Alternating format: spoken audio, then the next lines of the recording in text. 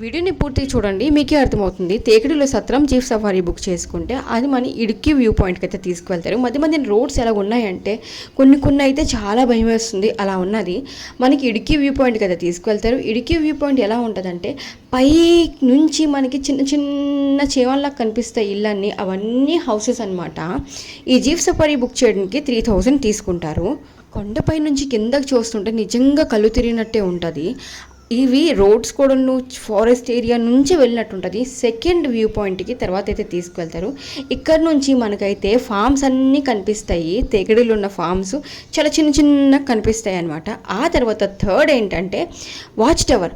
ఆ వాచ్ టవర్కి వెళ్ళి మనం ఎక్స్పీరియన్స్ చేసామంటే మనకి తమిళనాడు, కేరళ ఒకేసారి చూడొచ్చు అనమాట. ఇది చాలా అమేజింగ్ ఎక్స్పీరియన్స్ అనుకోవచ్చు. మీకు మధ్యలో కనిపిస్తుంది లైన్ కదా, అది తమిళనాడుకి కేరళకి బార్డర్ అనమాట. రైట్ సైడ్ తమిళనాడు అయితే, లెఫ్ట్ సైడ్ అయితే కేరళ అనమాట. నా వీడియో నచ్చినట్టయితే ప్లీజ్ ఒక లైక్ ఇచ్చేయండి.